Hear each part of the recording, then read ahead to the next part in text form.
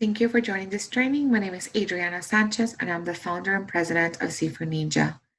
Our mission is to bring cost effective solutions that help the wider seafood supply chain to develop strategies and commitments for sourcing sustainably and become active stakeholders in the sustainable seafood movement. In this presentation, I would like to explore today's sustainable seafood landscape. To do so, we're going to be discussing sustainability certifications and the rise of GSSI, the Global Sustainable Seafood Initiative, traceability with the NOAA Seafood Import Monitoring Program, social responsibility, and fishery improvement projects. In order to understand the current sustainability landscape, it's important to first understand what are we talking about, since our customers all have different commitments and partners and seem to be asking for different things. The Seafood Certifications and Ratings Collaboration has developed a brief that clarifies the complementary roles of the 5 organizations they're working with and how they fit into responsible sourcing policies so that we could not be so confusing and help industry partners understand what each organization does, since sometimes certifications and ratings are used interchangeably and they're not.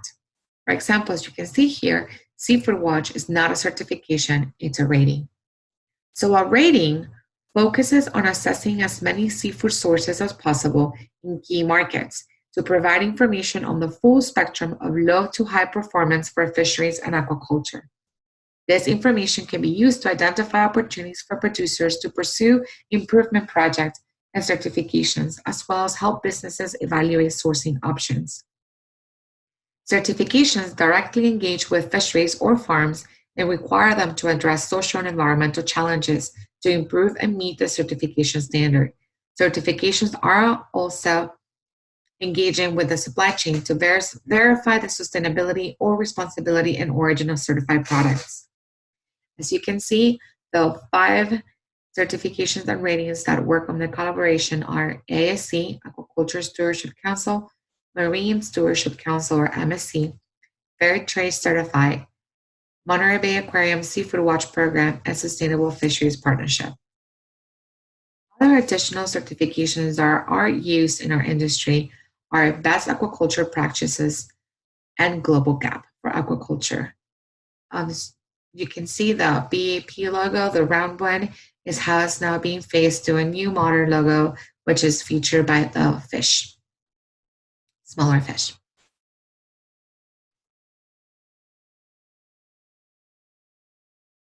In this slide, I would like to discuss the rise of the Global Sustainable Seafood Initiative. We know that everyone wants certified seafood, but no one wants to pay for it. So how do we address this? We know that not all fisheries can be or want to be certified. Industry, we know that only 12% of global fisheries are currently certified by the MSC. So why do retailers sometimes only want MSC certified products? Well, the simple answer is that commitments made at a corporate level require for MSC products, since we can all agree at this time that MSC is considered to be the highest standard for environmental sustainability. So what I see often is customer X wants MSC certified product, and the vendor panics because they really want to have that account. So they react in 2 ways. The first way is to try to find existing MSC certified fishery, and they run into issues of either the fishery being committed to another company or there's not enough volume to meet the customer's program, or maybe the raw material cost is too high. The second is they scramble trying to get a fishery they source from MSC certified without taking into consideration the costs associated with the pre-assessment or even the full assessment. They don't consider whether the fishery can even factually be certified. For example, small-scale fisheries or migratory species that require regional management programs to be developed, and then these companies end up spending the money in starting the certification process, and then sometimes they realize that A, the fishery is nowhere near being certified, B, they get the certification, but now the product has tripled in cost and the customer no longer wants it, so now you have a certified product and no market for it, or C, they end up frustrated because they have spent the few resources they have available and a certification process doesn't happen overnight. So what happens then? It is important for players to understand that even though customers may first ask for an MSC product because their NGOs know that this is not often possible, they have built into their partners' commitments other options that can be accepted. So what you find are customers who have partnered with Monterey Bay Aquarium and follow the Seafood Watch program, or partner with other NGOs which also make recommendations based on Seafood Watch program. For example, Ocean Wise and Sea Choice in Canada. You take into consideration gear use, stock assessments, and environmental impacts, or participate or accept fish improvement projects and aquaculture improvement projects. Because of how commitments are shaped differently depending on the customer and the NGO partner they have, it has become imperative for industry to build relationships with these NGOs so that I can not only have a better understanding of what these commitments are, but can also learn how to make sure that their sourcing improves and that they do not get passed by or a competitor that is working to build those relationships. This is why it's important to also support initiatives such as the Global Sustainable Seafood Initiative benchmarking process, because it provides industry with choices and limits the need for multiple certifications.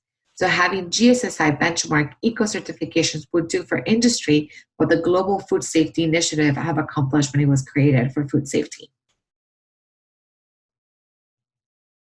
Traceability is another hot topic, especially with a focus on IUU.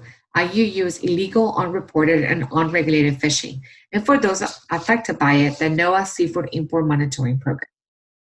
Industry, we already have a robust traceability system in place for food safety reasons, but now that we find is that traceability is being defined around this concept of boat to plate.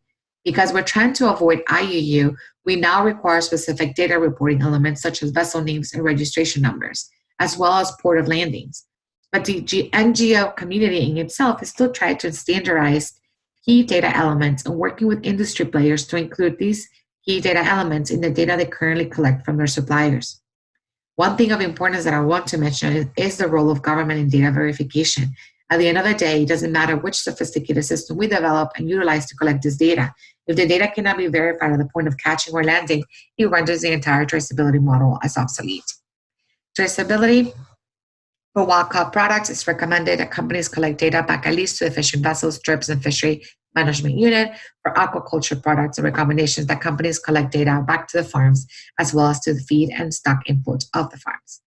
There are initiatives which help industry navigate processes in which I encourage you to join so that you have tools needed to address your company's traceability challenges. The Global Dialogue on Seafood Traceability aims to produce an aligned global framework for seafood traceability, with internationally agreed key data elements and also technical specifications for interoperable traceability systems. The Seafood Alliance for Legality and Traceability, or SALT, is a global initiative for knowledge exchange and action, and the website serves as a hub for information and initiatives around this topic. Social responsibility. There has been a shift in paradigm. Sustainability is not just healthy seafood stocks, but also is closely linked to fishers' livelihoods.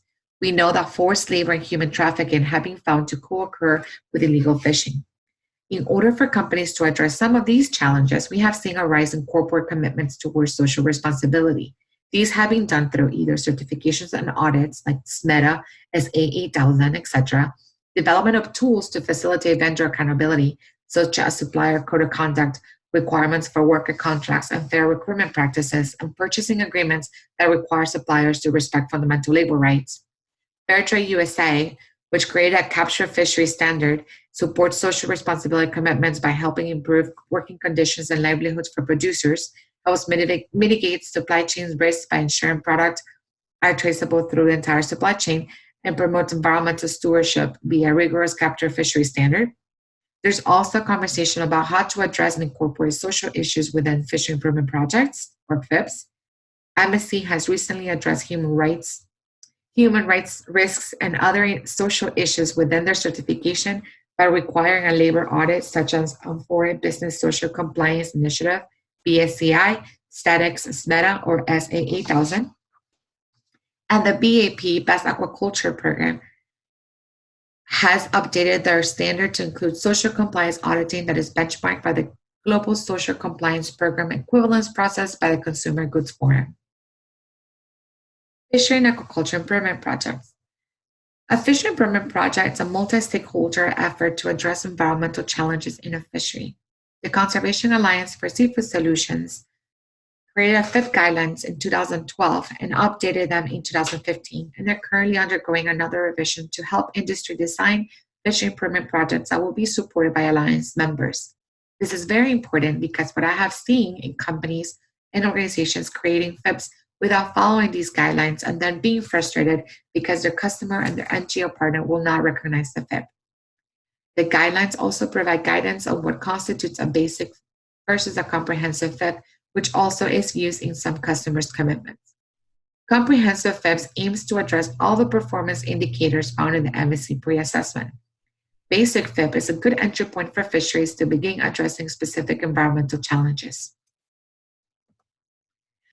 Because of the advances on fishery improvement projects, in 2016, fisheryprogress.org was launched as a one-stop shop for information on the progress of global fishery improvement projects.